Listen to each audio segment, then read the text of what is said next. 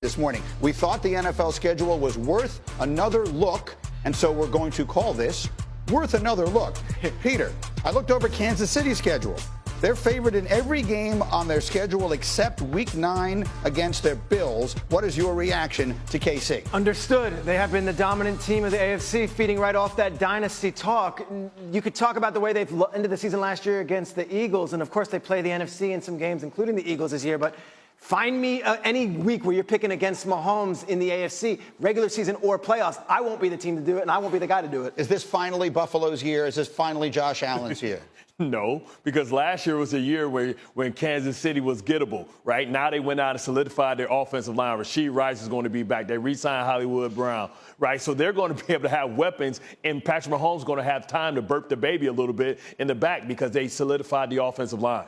Oh, I miss that in football season. I miss hearing your burp the baby phrase. I really like it. Let's get to the Patriots next. They are favored. The New England Patriots are favored right now in 11 of their 17 games. This is a team that up until the last week of the season figured to get the #1 overall pick in the draft. Yeah.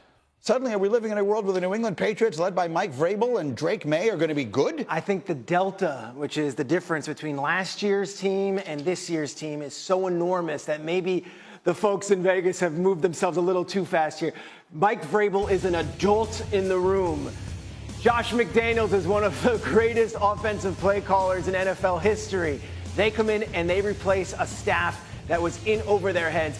11 games being favored out of 17. That seems a little rich. I don't have them a playoff team yet, but they are a professionally coached team once again. Patriots in the playoffs this year, yes or no, Bart Scott? Not at all. They went out and bought a lot of good, high-quality ingredients, but that still doesn't make it a good meal. You know, you got to depend on a lot of older guys. Stephon Diggs coming off an injury. Morgan Moses, he's great when he's available. The problem is he hasn't been available.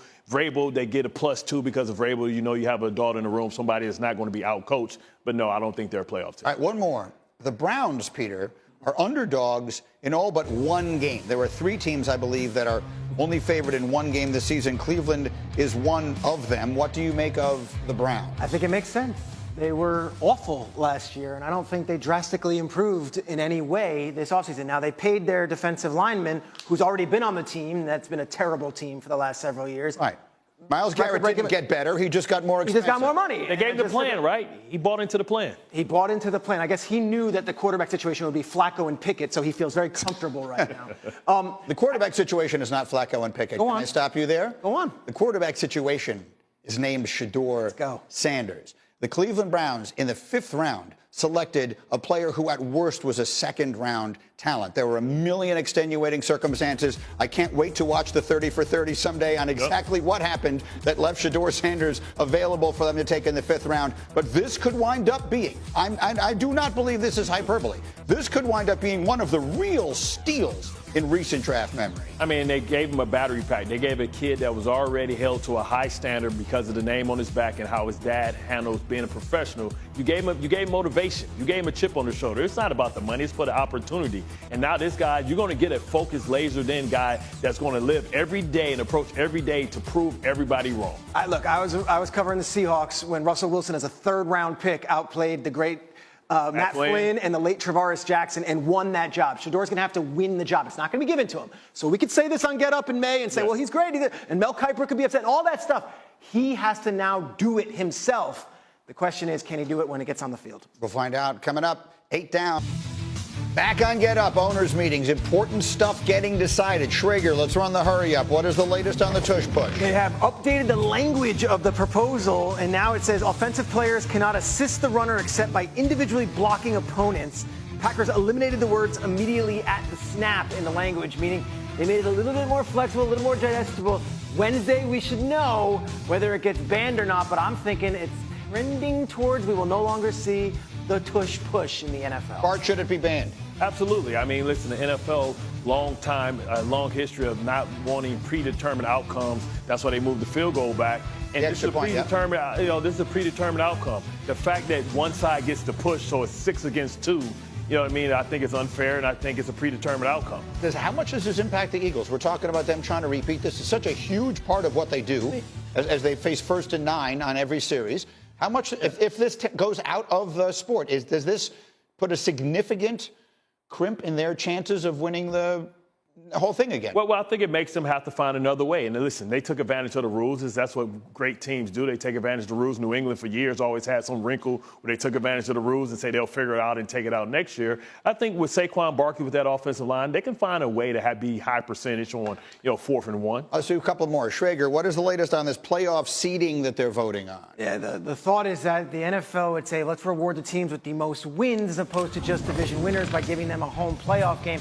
I hear that this might not get passed, that there might not necessarily be the movement this year for this. The truth of the matter is there are people on the competition committee who have come out and said, if you're not going to play the same exact schedule, you can't reward just who has the most wins. There's different divisions playing different divisions. It all works out that way. Fact of the matter is division winner should still have a home playoff game at the end of the road. They have to get 24 of 32 votes. They didn't have it in March. I don't know if they're going to get it in May. Nothing's perfect, but I like the system the way it is. Reseeding, like you said, strength of schedule is important, right? So you can have an easy schedule. Of course, you're going to have a lot of wins, but the cream rises to the top. And the best way to determine is to win your division because those teams likely have the most similar schedules. So that's the fairest way it can go. Win your division. That's the goal of every year. You go in there to win your division. Greeny, last year, the NFC North played the NFC South. 3 different teams from the NFC North made the playoffs. None of them won a playoff game. Yeah, that's right. That's 6 home Schedule matters. Schedule matters. It does. And there were extenuating circumstances in that with the injuries and all that, but I understand what you're saying. Lastly, you brought this up yesterday. I have to admit, I didn't pay much attention.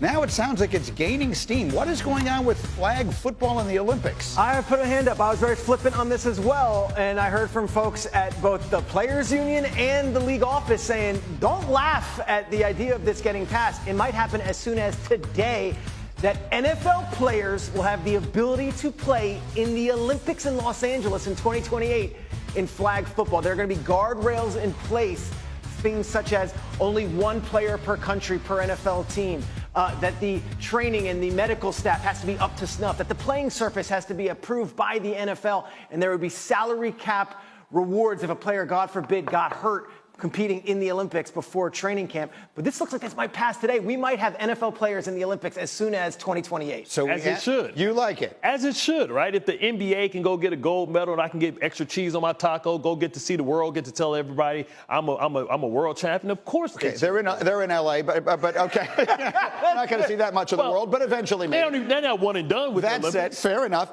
We asked you, put together the dream team. What would be the unbeatable flag football team of NFL players? Yes, well, I'm going to go with Jamar Chase. I need somebody with a great catch radius, so I'm going to go Justin Jefferson. Now I need somebody that can make you miss in space.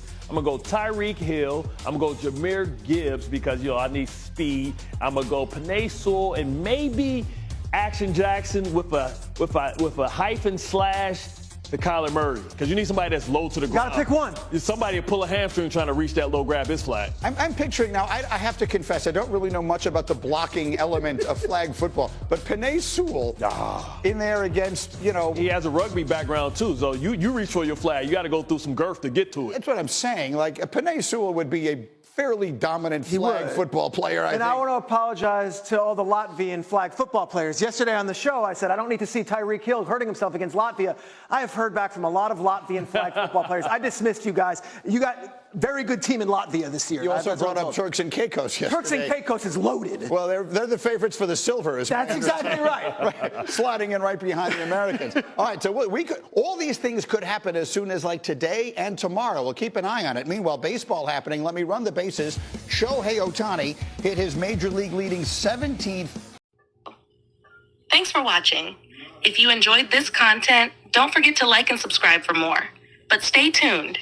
Coming up next, I'll be adding even more value by showing you exactly how to get started with your knitting journey.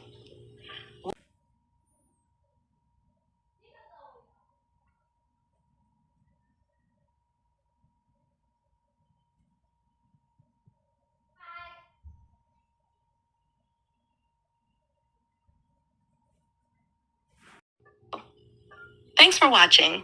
If you enjoyed this content, don't forget to like and subscribe for more. But stay tuned. Coming up next, I'll be adding even more value by showing you exactly how to get started with your knitting journey.